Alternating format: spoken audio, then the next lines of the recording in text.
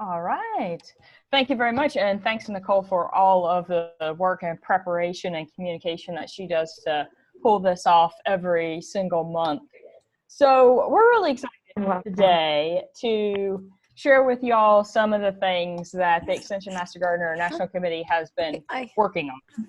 And so you might have heard that there's a national strategic plan, and we're going to be talking about that, not necessarily just in the context of the plan itself, but really in the application of how we hope that everything we do is meeting needs, whether for you, whether you're a state coordinator or whether you're a local coordinator. And so to kind of kick that off and get us started, we'll go ahead and open with just a request to put in your chat box what state you're from and whether you're a state or a local coordinator, so we kind of get a little bit of a sense of what our group is here today. And as you're doing that, of course, I'll reiterate the fact that everybody's muted right now, but we definitely appreciate feedback, whether you want to use the chat box, whether you want to, turn on your microphone and let us know what you're thinking. We're a pretty chatty, low-key group, so we really want your feedback and actually, hopefully, your involvement as we start to move forward on some of the ideas that are included in this plan. So we've got lots of information flowing through our chat box. Nicole does a really good job of reading through those, but I'm afraid that I'll get completely distracted and we'll already be behind. So I'm going to go ahead and start on the presentation. This is a little bit of a 4x100-meter relay, so to speak. So I'm going to get us started off, but you're going to hear from some really key people on the national committee. So it's going to very much be a group effort. So our goal today is to share with you some of what the committee's been working on and how we want to support you in what you do. Share a little bit of our enthusiasm and excitement about what's going on right now and what can happen in the future, and share with you some of the places where we would love for you to get involved, because we, as with the volunteer groups that we lead, we are ourselves a volunteer group, so we'd love for you to jump on.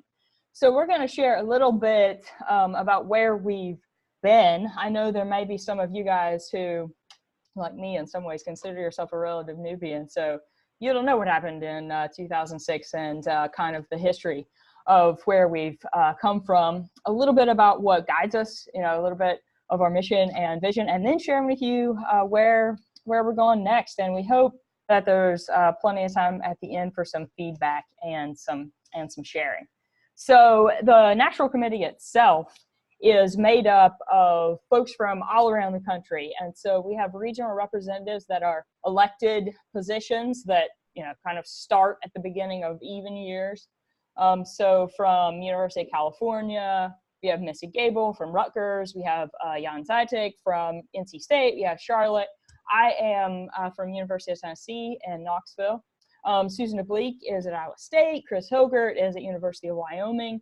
And then fill in really crucial roles. In some ways, you may know some of our at-large positions more than you do in some ways some of the elected positions, because you see the vital roles that they carry out. So continuing education, Nicole with the webinars. You may not always know that it's John Orrick that you hear from, but he does our e-blast from Purdue. If you've seen our infographics and all the national stats, then you can thank Mike Maddox from University of Wisconsin. One of our newest at-large positions, Delisha Davis from Minnesota, diversity, equity, and inclusion. I'm sure that you've seen and actually heard on webinars from Sherry, who runs our resource repository, lots of coordinator support material. And then we have three folks who represent the various conferences, from the Extension Conference on Volunteerism, Pam from Ohio State, and I right now am the host for the Coordinators Conference next fall, and so I sort of have a couple of roles. And then Kathleen is from Virginia Tech, and she's been on the job a whole couple of weeks, and we've already pulled her on as a representative for the International Master Gardener Conference, because Virginia's hosting in a couple of years. So those are the folks that comprise the positions, but there's lots of work groups and lots of additional people that are involved. So the Extension Master Gardener National Committee really began as a result of an e-extension funding chunk, right, that started Communities of Practice way back in 2006. And it was understood at that point in time the consumer report was very important, but the Extension Master Gardener program, because of its focus on people and volunteer support, definitely needed its own emphasis. And so the National Committee has been in existence since that time, and they do and have done a lot of pretty crucial things, from maintaining that web presence that up until very recently was on e-extension. You'll hear a little bit or a lot about where we're moving that next. A large and impactful social media presence. Right now, Susan works with a lot of that, but Terry James was a big driver of Facebook. We have like 85,000 volunteers throughout the country who participate with our Facebook group. The resource repository, I think Gail may have been the initial driver behind that, and Sherry's carrying the torch now to the monthly webinars. You see us at conferences, whether it be international, which we try to support as much as possible, to the coordinator conference, which very much is us, to things like creating guidelines that help us all bring our programs into a lot more similarity. So we have a history of very successfully connecting our Extension Master Gardener groups across the country and supporting those coordinators. And with all of those varied activity areas, it's probably been 14 months ago or something that we kind of started bouncing around the idea of a strategic plan. And there are lots of reasons why we felt that this was a good time to jump into that. And of course, there were lots of everything from social media to webinars to resource repository, good things that were happening. And we wanted to make sure that we brought those together in a cohesive way, right? So the need to unify the extensive current efforts that were happening. And all of us know, whether at a local level or whether at a state level, that supporting people who support people is one of our clearest and most distinct needs in extension. And so we wanted to do our best to continue and even enhance what we were doing to support coordinators. And right now in extension and, just in the public sphere, we know that we're continuing to face decreasing budgets and those types of things. And we don't necessarily, I don't look that as a sad thing. I think that we as people who have the opportunity to work with a really wide stakeholder audience are going to continue to show why we're vital in our extension programs, but the opportunity to coordinate and to be able to tell those stories together is even more important as we look at the challenges and the opportunities that are coming forward. So that's really what brought us together to start this strategic planning effort. And who is it going to serve, right? We want it to be equally useful for state and local coordinators. We want to focus on high priority needs and content that goes across our geography, right? So, we're not going to focus on really specific plant related material. We want to focus on volunteer engagement and those types of coordinator support material. This is focused on the National Committee, right? We want you to know we're not trying to do a strategic plan that is going to have to be implemented in every single Master Gardener program, because you're serving the needs of your local area or your state area. So it's not about creating a plan for our entire program. It's about making sure that as a committee, what we do to support coordinators is the best that it can be. So we got together in Davis, California in January. Pam, who has a lot of training and experience as a strategic planning facilitator, facilitated for us. We made the sacrifice to go to California in January and spent a lot of time, about 2.5 days planning together. And it was a really good time. I think we all came out of it energized and excited about what could happen as we move forward. And I'm going to let a lot of the folks who are kind of the leads on the strategic priorities share all of their details. But I'm just going to share a little bit of the mission and vision to get us started off. And our mission is to foster a national support network for Extension Master Gardener coordinators that cultivates excellence in extension programming and volunteer engagement. So it's all about the crucial coordinators that are the linchpin of all of our Master Gardener programming. And our vision is to grow, right? Support the professionals who inspire, engage, and lead Extension Master Gardener volunteers to change their communities. And some of the most important things I think that we did the entire time were list some of our core values. And so these won't be surprising to you. Collaboration, a focused intent on local effectiveness, because that's where the magic happens. A dedication to unbiased research-based material, discovery, inclusivity. You'll hear us talk about diversity, equity, inclusivity, and that is infused throughout everything that we do, because that's some of the opportunities in urban to rural constructs, every sort of demographic that you can think about. That's the future of our program. Transparency, support for coordinators, and a focus on lifelong learning. And anybody in Tennessee, my volunteers would tell you that I love analogies. And so I'm going to end on this, but when I think about what our mission is, I can describe it in terms of riparian support, right? So we think about the flowing stream that is the volunteers. They are the dynamic energy in our program. And we think about the land mass that is our stable land grant institutions. And you, as the coordinators, are that little thin strip of stream bank, right, where our volunteers and our institutions come together.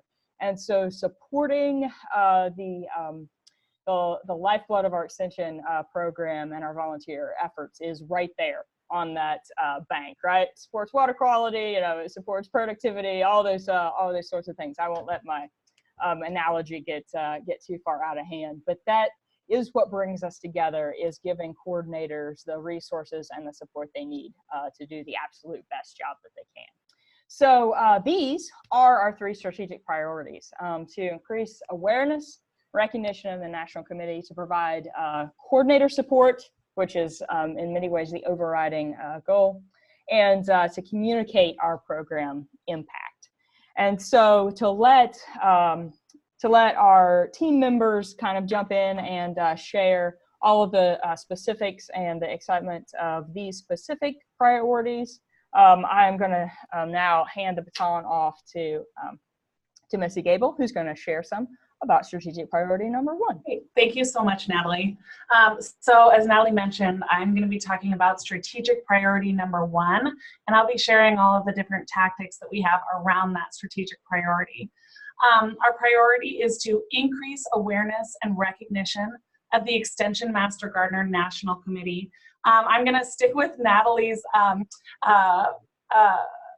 analogy and say that a rising tide lifts all boats. And the more people we have engaged as part of the Extension Master Gardener community and aware that we are this national community of practice with the National Committee and tools and resources, the more engagement we have, the more we'll be able to just lift up and promote one another's programs.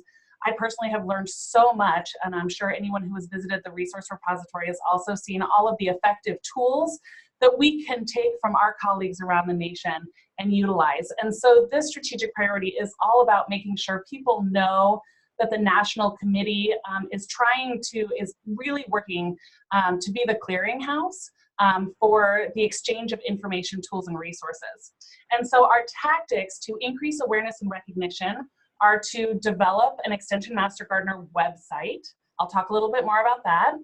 Another tactic is to develop a plan to increase Extension Master Gardener coordinator awareness of the National Committee and the assets, and also that we welcome new coordinators, new blood. We want people to come in and be a part of this committee with us and after us as well. Tactic number 3 is to develop an Extension Master Gardener social media marketing plan. And then finally, number 4 is to explore the use of the current Extension Master Gardener program logo and also the potential use of a new National Committee logo. If you're not familiar with the logo, look at your PowerPoint screen right now. It's in that lower right-hand side. All right, next slide, please. Okay, so I'm going to talk about each of the tactics. The first one, as I had mentioned, is to create an Extension Master Gardener Program website. Now, all of you know that we used to have a website through Extension, and Extension went away. They decided to kind of change their model and do away with some of the services that they were providing, and or provide the same services but in a different way. And so we are in the process now of creating and finalizing a new website. It is hosted through Extension. They were kind of closing the door on the old type of websites. So we did have to pursue this project no matter what. But this has been such a great practice for all of us in identifying what the key assets are that meet our mission and vision, and how we can organize them so that they are easy for people to find and engage with. And so this is a little preview of the new website. It's mastergardener.extension.org. It is still hosted by Extension, but again, it needed to be in a different format that they would continue to support. So we are working on that effort. If you go to the next slide, please, Natalie. What I want to call everyone's attention to, again, this is in development, but the navigation bar at the top is a beautiful orange bar. And if you click on the resources link, you're going to get to all of those great assets that we want people to be working with and utilizing. I think the thing about our community that I keep running into is that everyone is open and willing to share and happy to have you utilize the tools that they have found effective in their own programs. And so the resource repository is under resources. We'll also have some additional information coming in as we just kind of populate that area. But the idea was that everything is going to be easy for you to find and navigate through the new Master Gardener website. All right, next slide, please. So I mentioned again, there are 4 tactics. The second tactic is to develop a plan to increase Extension Master Gardener Coordinator awareness of the Extension Master Gardener National Committee and assets. I'm going to call this communication plan, right? Awareness is about communication.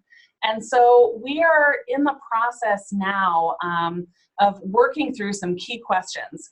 And again, I think the first informative piece of the work that we did was really to identify what our mission and vision is so that we could look at what we're sharing and kind of validate that against our mission. Is what we're sharing in line with the mission and vision of the National Committee?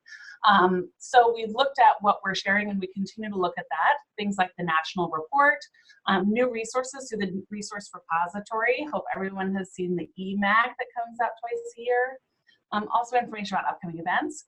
We're looking at how we're sharing things. How do we need our audience, or how are we currently engaging with our audience, and how does our audience need to be communicated with? So we're starting to compile that information as well. And then we're looking at who we're sharing information with. Obviously, the key to our communication plan is engagement and awareness from coordinators, state and local coordinators on a national scale. But we also want to make sure that we're supporting one another and lifting up the great work of this program nationally by talking to our partners at the USDA NIFA, by reaching out proactively to land grant leadership to share the national report of Extension Master Gardener activities. And so we're really working through what this broad communication plan looks like, so that the next group of people that come in and make up the National Committee can really pick up that mantle and continue on with the effort of effectively communicating and regularly communicating. All right, next slide, please. So tactic number 3 is to develop an Extension Master Gardener social media marketing plan. I hope you guys know that we have a really strong and thriving Facebook team. There are, I think Natalie mentioned, over 85,000 followers on the Extension Master Gardener Facebook page, which is very exciting. And you know, when that group was put together and we started getting followers, we all know that social media has really evolved over time, and today we're looking at it as an asset both for communicating about sustainable landscaping practices and food gardening and community well-being. We're also looking at it as an opportunity to market these phenomenal programs. Those 85,000 people may not all be volunteers. Many of them are also members of the public who are following us because we have interesting information. And if we can do something to connect those followers with your local programs, that's our goal. And so we have engaged with the team of volunteers and staff who manage the Facebook page. We have worked with them, we continue to work with them to develop a new set of guidelines. And the guidelines go over everything from netiquette to the types of information that we're sharing and the frequency with which we're sharing it. So that's how we integrate the marketing piece into it. That guideline document should be finished up very soon. And then the intention for kind of phase 2 is to touch that social media training that I'm sure many of you have seen and taken. We're going to be updating it with current information and making sure that's the best training that we could provide today. And we'll be resharing that training. And then finally, we will be building specifically the marketing plan around the use of Facebook and probably developing some memes and other tools and resources that we can use to really showcase our work on a national level. All right, next slide, please. Okay, final tactic that we have is to explore the current use of the Extension Master Gardener logo. If we find out that there is, well, depending on the relevancy of the current logo, we may or may not pursue a potential logo for the National Committee. But as with any extension effort, our goal is to get feedback from you guys. And now is the time we're going to do a quick little survey. Let's see, do I turn that over to Natalie or Nicole? Oh, you guys are so good. So if you could follow along with me and answer the following questions, and please do participate. There are no right or wrong answers. We need to know if you are currently using the Extension Master Gardener logo. Again, that's in the lower right-hand side of your screen. Are you using that on any of your materials? So please just answer yes or no to that one. And then if you are using it, we do want to know who the audience is, whether or not those are inward-facing documents that you're just sharing at your land-grant institution, or if they're outward-facing public documents that you're putting it on. Do I need to pause, Natalie or Nicole, or we just keep going? These are pretty quick. The survey should take you a moment. I think it's fine. Just keep going. Great. Is there value in branding the Extension Master Gardener program? 4-H has a national brand. The Extension Master Gardener program does not have a national brand. So what's your take on whether or not that would be of value to you to support and promote your program? And then number 4, would you continue to use or start using the Extension Master Gardener logo after a brand refresh? We have identified that the logo may not really articulate who we are and what we do in the way that we want it to. We want to be able to freshen it up, keep it lively. So if this logo is of value to you or could be of value to you, we will go through a brand refresh process.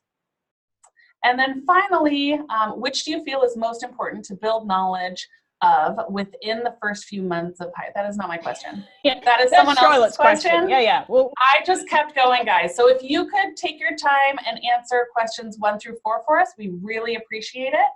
And I'm grateful for your time. I think that is my last slide before I turn it over to Charlotte Glenn. All right. Thank you very much, Missy. All right. I don't think it's going to let us okay, so I don't think it's going to let us individually submit until we answer all 5 questions, the poll, the survey. So or we will bring it back up. I'll bring it back up. Okay, thank you, yes. Nicole. All right, well, thank you. You can't see the poll anymore, right? Yes, it's gone. Okay, all right. I'll relaunch it when we get to your question, Charlotte. Okay, thank you. You're welcome. All right.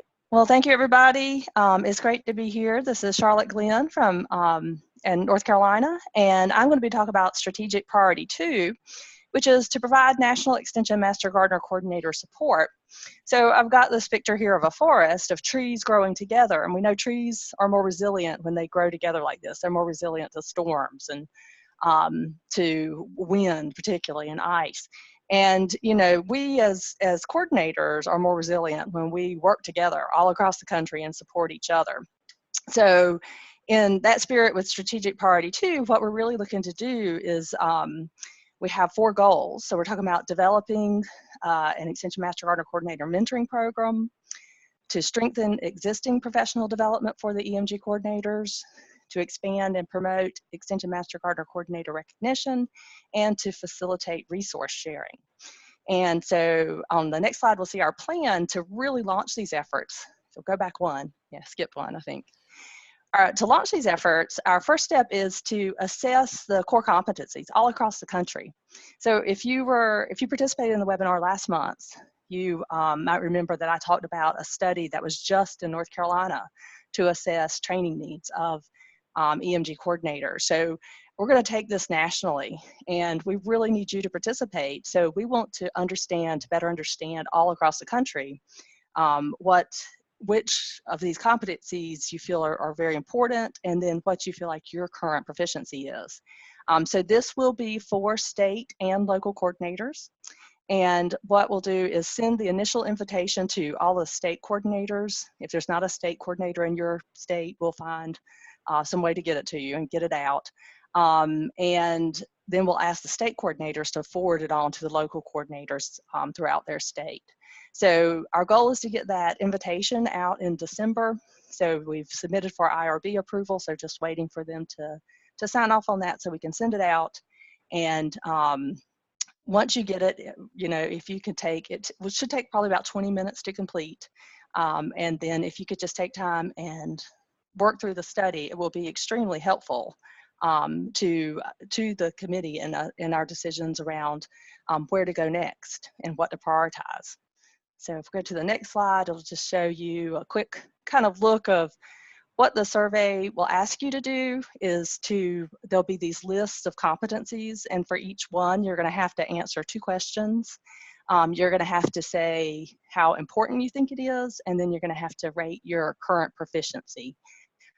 So just make sure when you're working on it, you're doing both, answering both of those questions. And there's 5 areas these 55 competencies are divided among. So they're going to ask you things related to best practices for organizational leadership, which is focused on the organization's mission and aligning your actions with the mission, helping your volunteers understand the mission. There'll be systems leadership, which is around developing leadership skills within your volunteers, sharing ownership of the program, delegation, that type of thing. Then there's a section on organizational culture. So that's creating a positive environment to support your volunteers. Personal skills, which is communication skills and there's all those interpersonal skills that are so important relating to people. And then a section on management skills, which are the more traditional things that we think of and talk about when we talk about volunteer management. So recruiting, training, engaging, and recognizing volunteers. So there'll be 5 sections to work through, then some demographic questions. And like I said, it'll take about 20 minutes to complete. But the more people we can get to participate, the more meaningful the results will be. And we can make better decisions about how to support all of our coordinators, state and local, all across the country. All right. And among those 55 competencies, there are questions that relate to diversity, equity, and inclusion best practices. And so as Natalie's already mentioned, diversity, equity, inclusion is part of the strategic plan. It's really integrated into all of these strategic priorities. And there is a DEI subcommittee, and Delisha Davis in Minnesota, Deirdre Hope in Michigan, Eva Bone in Florida. I know are on it. I hope I didn't leave anybody out, but there may be other people who are on the subcommittee. They've been active since 2018, and their goal is to provide guidance on these best practices to increase diversity, equity, and inclusion in our programs across the country. So they are working with USDA NIFA, and of course within that organization right now, they've got a lot going on. So, they're working with them to try to get some guidance on how to best relay to all of us across the country to better support DEI in our programs. Okay, and so right now, initially, DEI is focusing a lot on these professional development strategic priorities and making sure that we're including these type of competencies in the opportunities that are available. All right. So once we get all the study results in, once everybody's been able to participate, and we will use that information to strengthen our existing efforts and to help prioritize topics for things like the monthly online discussions, just like we're in now, and for the coordinator's resource site, where you can go and find resources to help you in a whole variety of things you're doing as an EMG coordinator, and topics for conference sessions, both whether we're looking at the coordinators conference, that'll be next fall, next September, or the National Extension Conference on Volunteerism, or International Master Gardener Conference sessions. So this information will be really important in helping us find the best path or the most important way to direct resources as we move forward. Okay.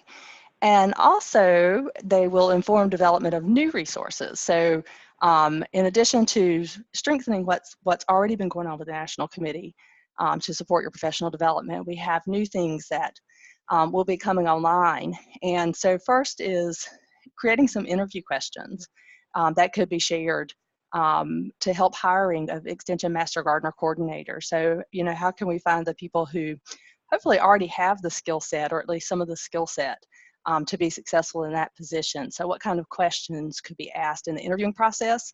And even what kind of information needs to be included in those job postings and job descriptions to get the right people applying for the position?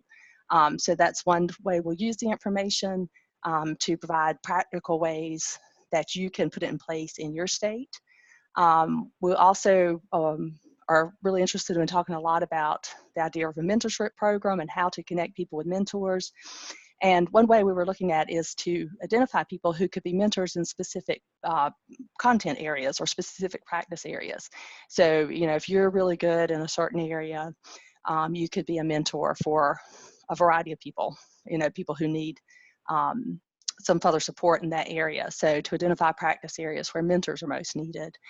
And then to develop some onboarding modules. So this is for whether you're brand new or whether you kind of want to see where you can improve yourself, improve your skills. These modules will be online and self-paced.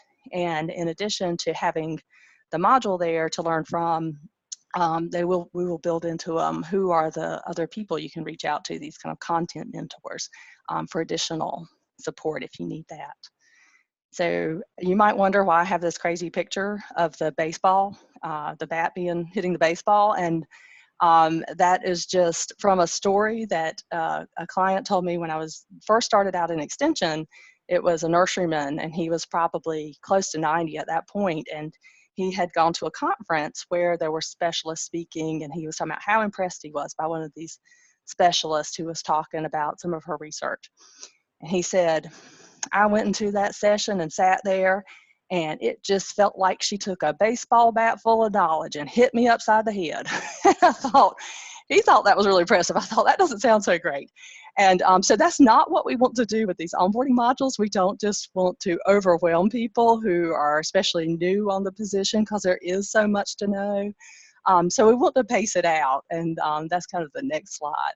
Instead of just hitting them over the head, we want to pace it out and help you to engage where you are in the material that's there. So I borrowed this continuum of learning from the University of Minnesota and from the horticulture continuum of learning that they was presented at the 2018 EMG Coordinators Conference out in Madison. But this is what we're looking at. So, you know, when you're brand new, you can go in and see what's there. You're at level 1. You're just trying to understand what your job is and, you know, what you need to know about. Then you can come back a little later when you've decided these are areas you need to build and work on, and you can dig deeper. And then even later, you know, in your career, you can come back and do more advanced studies in different areas.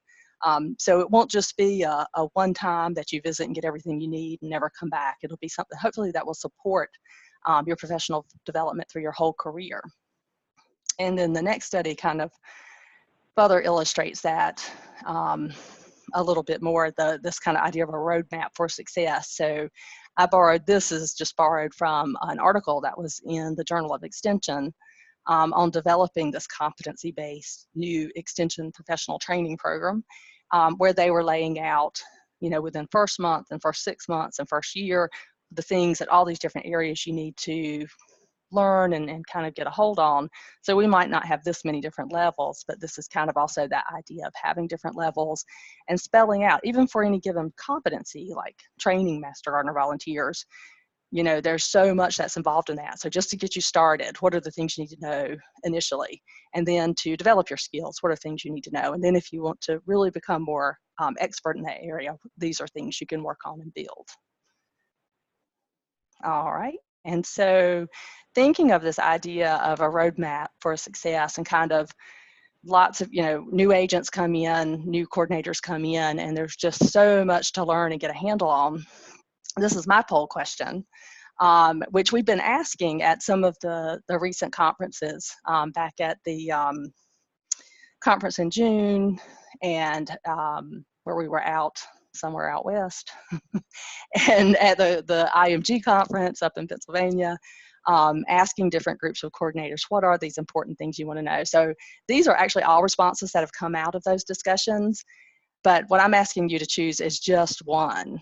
So you'll have to scroll down to question 5, and I'm not sure, I've never done a poll where it asks multiple questions in one poll, so you might actually have to re-enter your answers for the previous questions. I don't know if it saved them, because it doesn't seem to be able to submit unless you've answered all of them. So you're just choosing one to focus on during those first few months. So I might need to give just a little bit of time, I think, since folks might have to click their answers from earlier.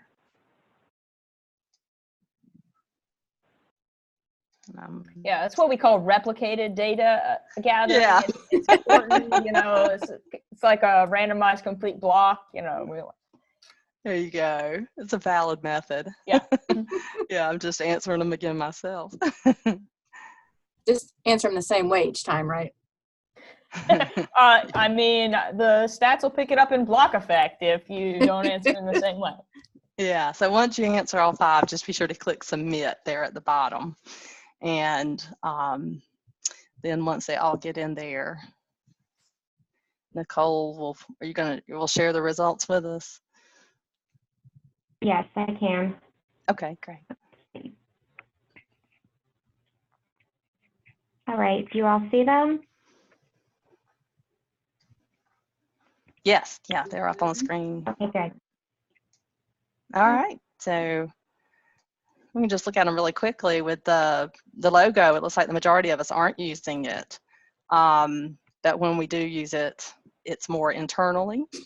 But we do very much feel like there is value in branding the Extension Master Gardener program, and would use it or continue using or start using it if a rebrand or the brand is refreshed. So that looks really good. And then down, looks like there's a lot of support for a new logo.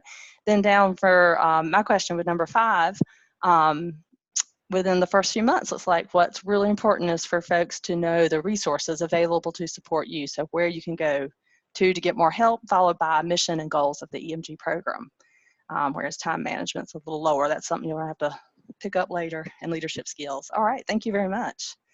That is really very helpful. Okay, and on to the next slide, which will be the last one in my presentation. Just shares with you ways you can get involved and you can be part of the strategic priority 2.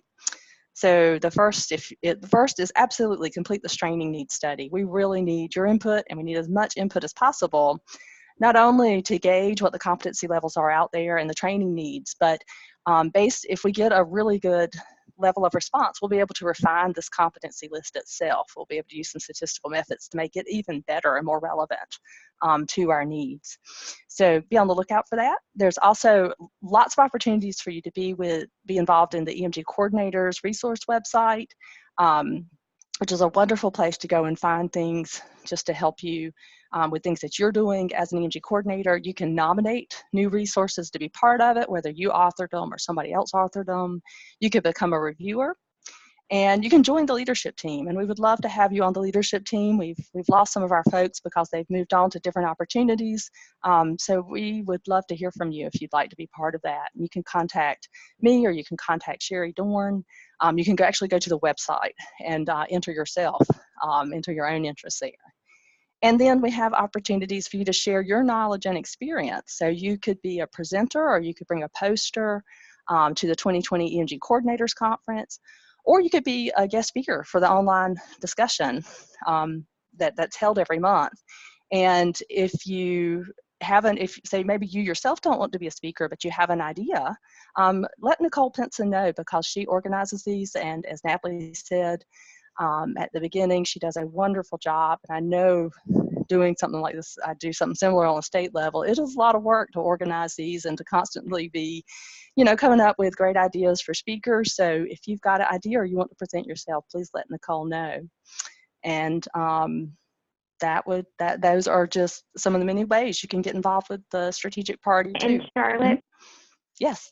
Charlotte, I just wanted to mention for this slide, these are all the dates for the 2020 webinars for our monthly Extension Master Gardener Coordinator discussions. And as everyone can see in the top right, they're the third Wednesday of the month at 2 p.m. Eastern. So that's pretty standard. You can bookmark those dates on your calendar and sign on for them next year. And also, when everyone completes the survey, we are going to use that as the committee and the team to evaluate future training needs and topics for the webinar. So that's another reason why everyone is encouraged to complete the survey, that will prioritize what new coordinators, veteran coordinators, what we might need in order to continue some professional development. So go ahead and don't forget to do the survey. And then if you yourself are doing great work and you want to present, then let me know. Or if there's a topic that you really need some assistance with or you'd like to learn more about, send that to me. All right, and before we move away from Strategic Priority 2, I just wanted, we didn't spend a lot of time talking about EMG coordinator recognition, and I just wanted to see Pam Bennett in Ohio is heading up that, and I told her I would get her input on my first slide, and I just kept moving and forgot. So Pam, I just wanted to give you a minute to share about what's going on with EMG coordinator recognition. Okay, great.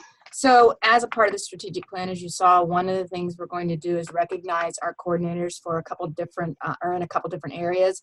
These will be recognized at the coordinators conference. So the next one will be in 2020 in Tennessee. Mike Maddox started this last year in Wisconsin. We have narrowed it down to 4 different awards that you are eligible for. The first one is Creative Excellence, which recognizes outstanding contributions to extension to the Master Gardener coordinators in the area of program development and or implementation, and we have criteria to go along. Diversity, Equity, and Inclusion recognizes EMG coordinators who have contributed significantly and over a sustained period of time to advancing diversity in EMG leadership, volunteers, and clientele.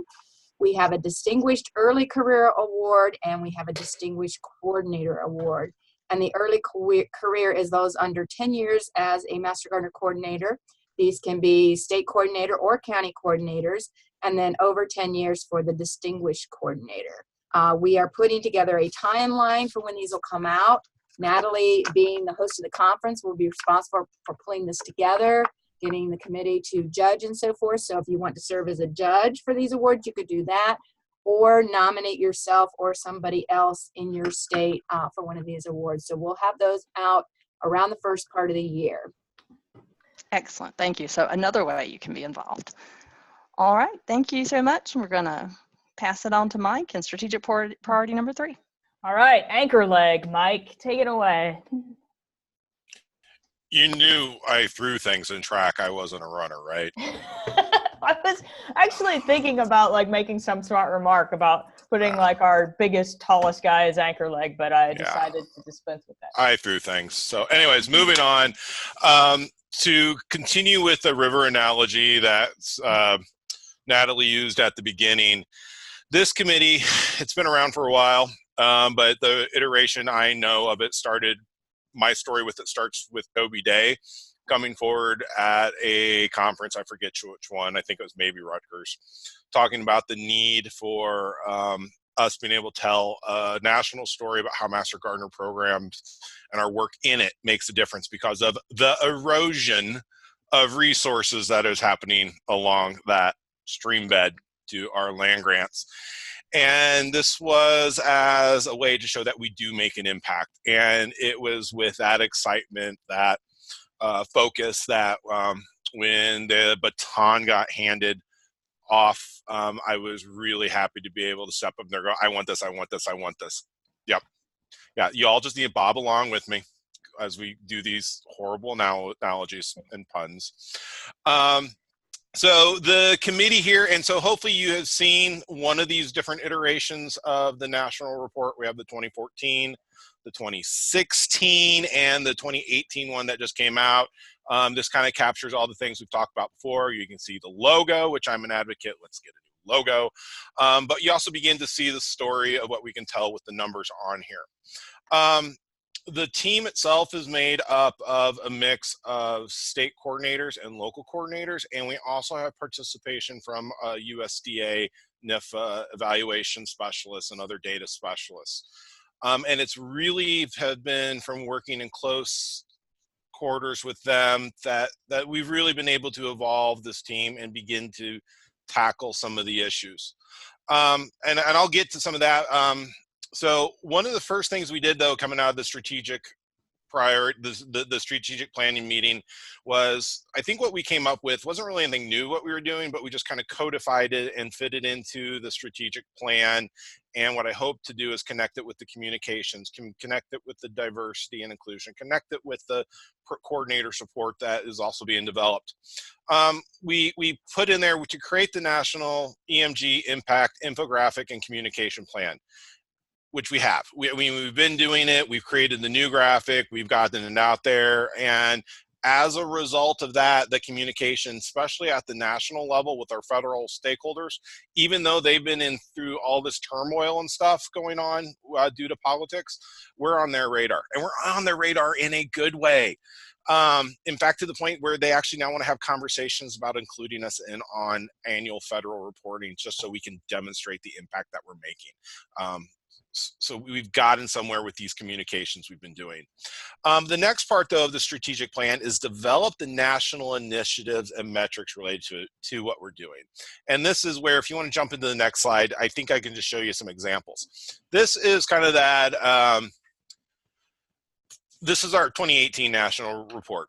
And this is the culmination of several months of begging you to get their data in. Couple weeks of me cussing, going, what the hell did they just submit? Doing some number crunching and coming up with a graphic that shows what we're doing, and to try to put some context to it, to like, what does this mean? Why does the program matter? Why should we invest on this at the federal, state, and local levels? Next slide, please. Because it took a lot to get there, and this is kind of the behind the scenes sausage making that I don't think anybody's really aware of that goes into putting this together. And this is the cleaned up data that's come in. I really don't want you to see the numbers because I really don't want to shame anybody there. I'm not even going there. It's basically two different parts. There's the things that we do well, which is collecting the data around the volunteer hours and the number of volunteers that we have. We collect really good data there. You can see that by the number of fields that have been filled in. And this allows to give us the number of hours that people do, the number of volunteers we have, the number of volunteers we've trained, the amount of continuing education they do. And then there's the part that we definitely have room for improvement. You see all that white space? That's just not artistic formatting. That's just the data's not there. And I mean, as Wisconsin, we're guilty of it. Our Wisconsin line is blank over there for the contacts we make. And I asked, is this even important to do?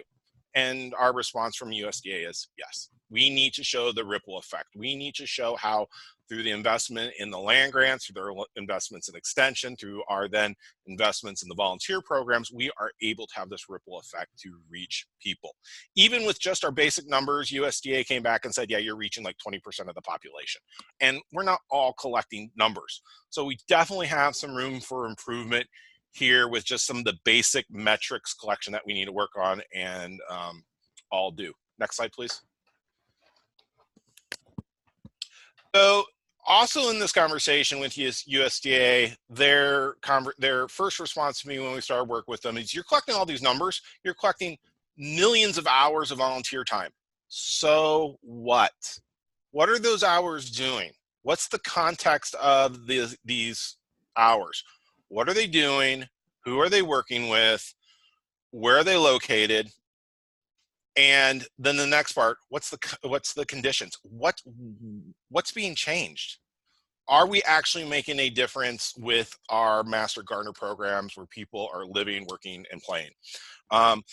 So we began to dig into some of this context conditions conversation. With right off the bat, we went with the lowest hanging fruit with food security, and how many pounds of produce are Master Gardeners growing and donating in different areas of the country. Are they doing it in areas where there's food deserts? Are they doing it in areas where there's poverty? Are they actually making a difference? Does increasing people's access to fresh, locally grown produce make a difference in their lives? And what's really cool is we've now been doing this one for about 3 or 4 years, and we've been partnering with SNAP Ed in some states for it. We're now to the point where we're now doing a research study to see if our efforts are making a difference. So this is coming out of Iowa State right now, and we'll know whether if these efforts have been worth it, and we'll be able to tell a story and hopefully push it harder going forward for this narrative that we can tell regarding Master Gardeners and food security. Also in the pipe right now are pollinators. I mean, if your state or if your county is doing something with pollinators right now, respond in the chat box, because there's a lot of people who are. But what's the story? What's the narrative? So we've got a small group, a subgroup of our working group who's trying to tackle how do we craft this narrative around pollinators. And most recently, we added somebody on who had an interest regarding diagnostics and what is the impact that we're making with the ability of Master Gardeners answering questions. So we just had a new educator come on board with that, and we're trying to support her in creating and crafting the idea around what's this narrative going to be. So these are the things right now. There's many things we could do, but we just kind of went with what are Master Gardeners doing, and where do we think we can have the potential to tell the best story. Next slide, please. So coming up and looking at our priorities and what we want to do, we've always kind of joked about the data we collect is this combination of apples and oranges, which really makes it hard to combine to tell the story. So we need to, at some point, come up with some shared themes, some shared outputs, some shared outcomes, maybe 3. Can we all decide on 3 things we can all report against? And just to help advance that story. So we'd like to find a way to come up with that. And this is where we could use input. And if it's either joining our team or participating in these webinars or at the 2020 conference, there is an opportunity for you to speak into this to say, what are 3 things we can all collect to help advance the Master Gardener story? We also recognize there's the need for the tools for measurement. How are we going to gather this data? How are we going to compile it? How are we going to collect it? How are we going to use to express it to our stakeholders? And we've heard that loud and clear. We all have different resources to do. We're doing our best to use the shared resource tools for resource collection that we can, like Qualtrics.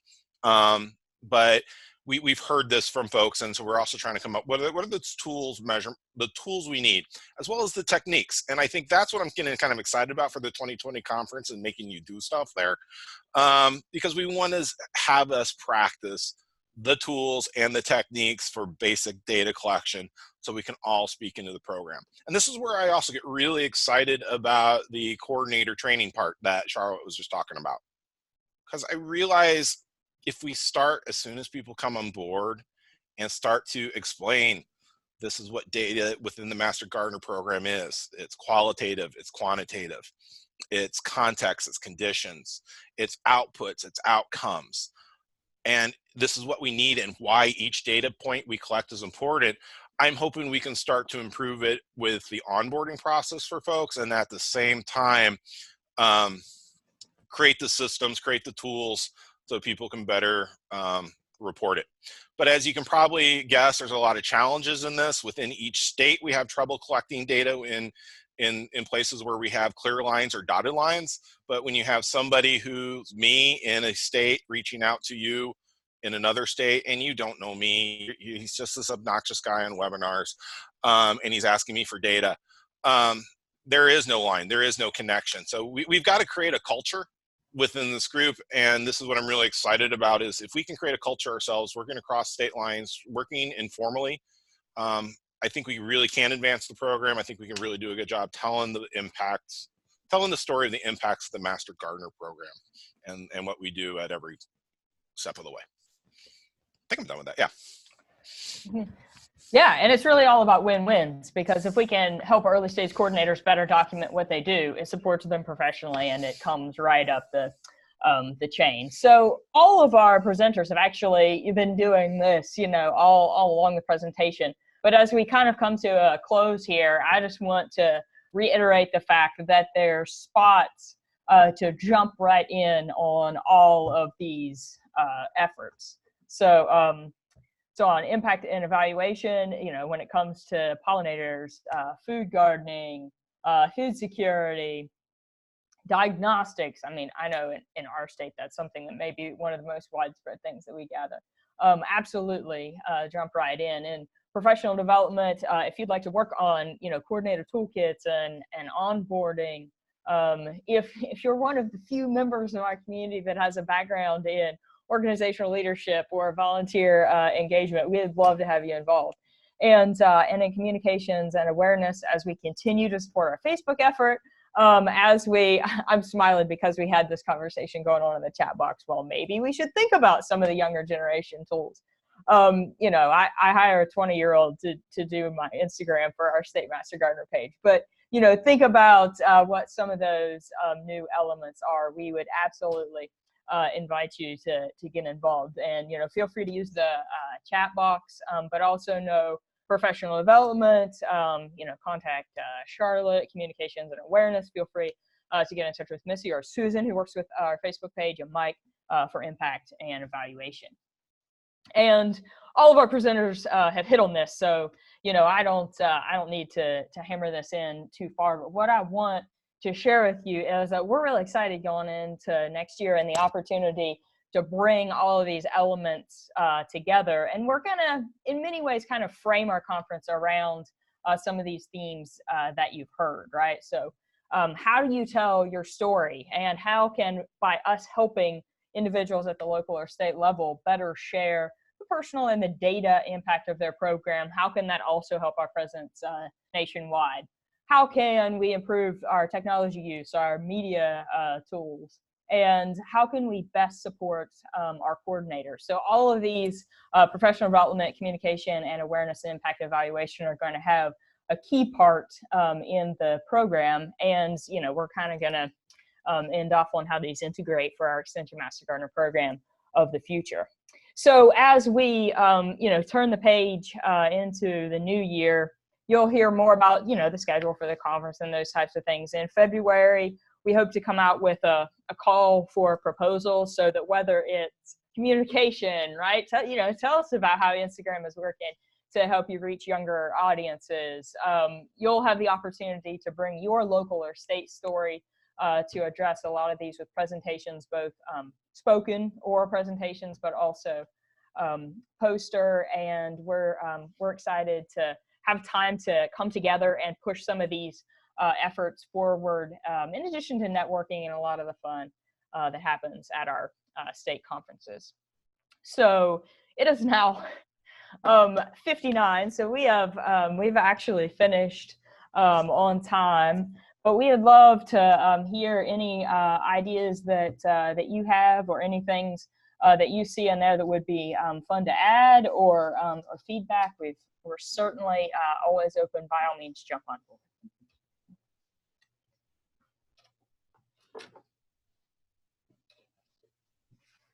And we've also got almost all the national committees on the call. So, you know, if we have any other members of the team who want to share a little bit as we bring this to a close, then I certainly welcome your comment, and I'll kind of turn the floor back over to Nicole. Yeah, Natalie, there's a question in the chat box that's probably appropriate for you and other members of the committee from Ashley. And Ashley says that we're developing a module for coordinators, New York State, I guess. I'd like to share and get feedback from this group, not recreate the wheel. She's very excited. We're all working on this and would be interested in getting involved. So how many hours a week do you think a commitment would be? And she's trying to get support for coordinator positions statewide, and she'd like to include this effort in that person's position description. That's an excellent question, and it's also good, for us to share. So I would say, and any of you guys who lead subcommittees, by all means, feel free to jump in. I would maybe describe it more as hours per month versus hours per week, because sometimes that tends to, be focused around the meetings. I would think anywhere from a couple to 4 hours a month. Does anybody else want to throw any numbers in there? I would agree from the point of view of impact and valuation. I would say we have a 90-minute monthly meeting that we run a pretty tight agenda on covering certain topics for updates on what each of us is doing. And I think the reality is everybody's maybe putting like another hour or so outside of those meetings on whatever project they're working on. When it gets to the national data one, though, on the years we're doing that, and on those months that are crunching it, it probably bumps up, at least for me, to about 3 or 4 hours for a shorter period of time per month. But I will say we're getting down for our stuff that it's getting pretty streamlined. I think the time that comes into it that we're asking folks to do is it's already dovetailing with your current efforts going locally. Like, what's the research that you're doing to gather on different topics like pollinators or diagnostics or food security, and then you're just bringing that up also to the national level. So I would look at it like, from my point of view, it's the work you're doing already locally is dovetailing with work that can just be amplified to a national level. Yeah, I think that's a really good point, and I definitely think. I think it's probably true for communication. I also think it's probably true for professional development, that as we start to work on things like we're talking about those onboarding modules, that this could very well be content that we use in our local jobs as well. So there's lots of overlap.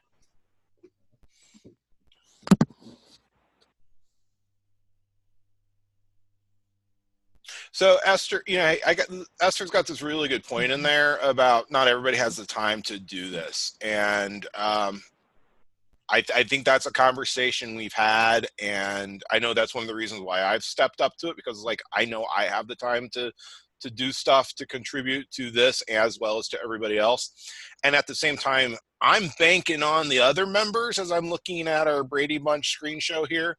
That I'm pointing, I'm counting on Charlotte and Missy and everybody else to develop the materials that I know I need for my program, but I don't have to do that myself. So I think for those folks with the small states or small amounts of time for the program, lean on this group. And if you can't participate in a big way, help get the surveys out, help us proof stuff, help with every little way you can. It doesn't need to always be the big commitment. Mike? Yeah.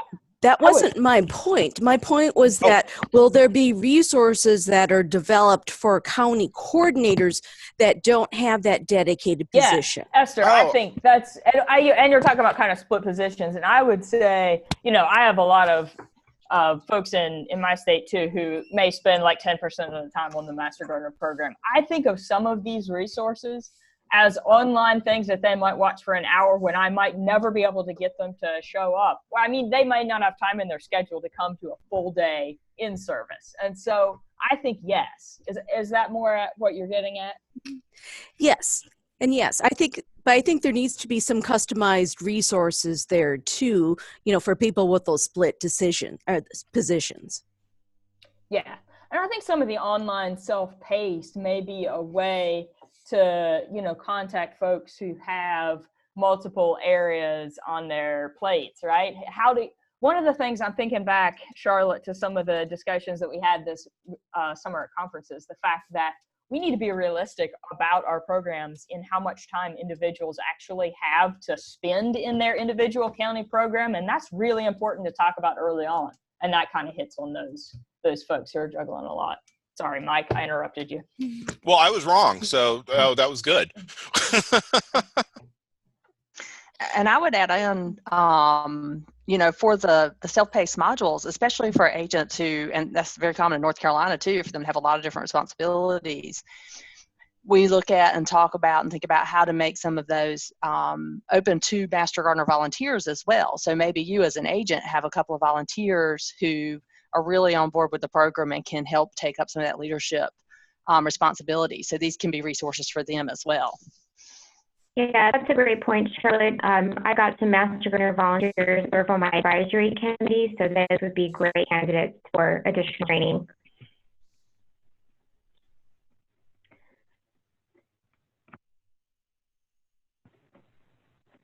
Charlotte, there's a question in this box, and Stephanie is asking if you have the questions ready for the annual survey. When do you expect to send that out? And I think Mike answered it. The survey will be sent out at the end of the year. Well, and she may also be thinking about the that screenshot of the Excel sheet that some of us might not have all of ours filled in. I mean, we could share, what that last survey looked like, for some of those, national data collection items.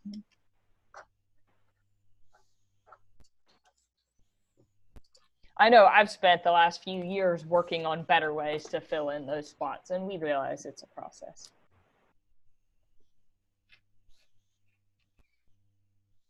Okay, I think that I misunderstood. So we have the survey that Charlotte is working on for professional development that will be sent out shortly, and then Mike is doing the annual survey for the national data at the end of 2020. That's correct. Okay, good. Yeah. And I'm reading the questions and comments in the chat box just so that we get that on the webinar recording too. Okay, so Mike, I think there might be a comment for you to send last year's survey so we know what to expect and what data we should be collecting. I'm actually pulling that as a PDF right now in order to share. That's a great idea. And Mike, if you want to send me the PDF too, I can send that out with the link to the recording, and I'll also copy and paste all the links that people posted in the chat box.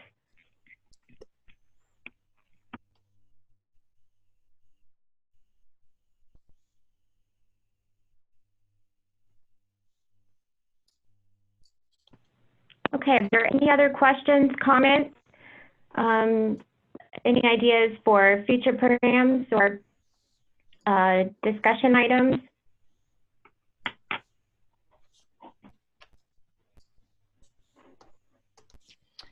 Hey, it's been lots of fun to visit with y'all today. We've had lots of great feedback. I was just copying and pasting all the comments in the chat box. So we look forward to continuing these efforts.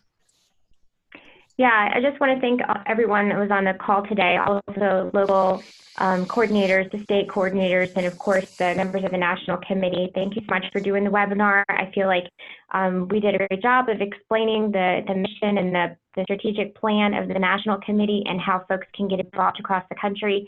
And that will predicate future efforts, professional development opportunities, and kind of keep us on the same page with regard to what we're working on and how to be involved. All right, so we will send out the link to the recording. We'll send out the links to the chat box. If anyone has additional questions, you could email any member of the National Committee. And hearing no other questions or discussions, I'll end the webinar, and I hope you all have a really great rest of your week. All right, thanks. Thanks, everyone. Thank you Bye-bye. so much.